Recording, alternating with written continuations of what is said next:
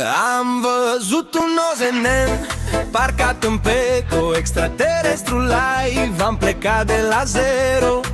Are antene, dar poartă și șlapi. Zice vin de pe Marte, caut cherozen. Acum motorina e parfum de șmecher. A coborât din navă cu un dildău în mână. A întrebat de Wi-Fi și de o gumă turbo. Parola care-i boss era super stresat că n-avea semnal și live-ul e programat.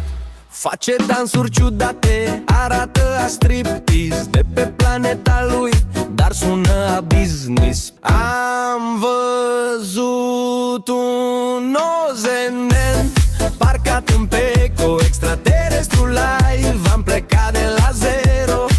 Are și antene, dar poartă și șlapi. Zice vin de pe Marte, caut cherozen. Acum motorina e parfum de șmecher.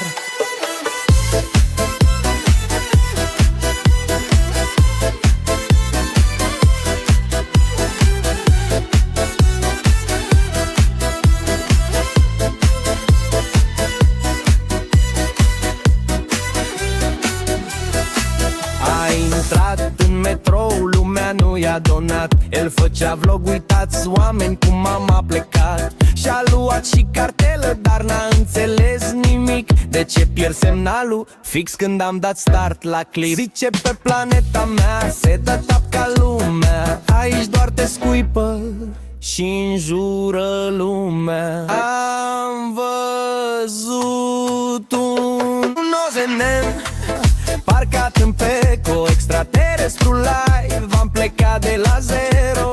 Are antene, dar poartă și șlapi. Zice vin de pe Marte, caut cherozen. Acum motorina e parfum de șmecher.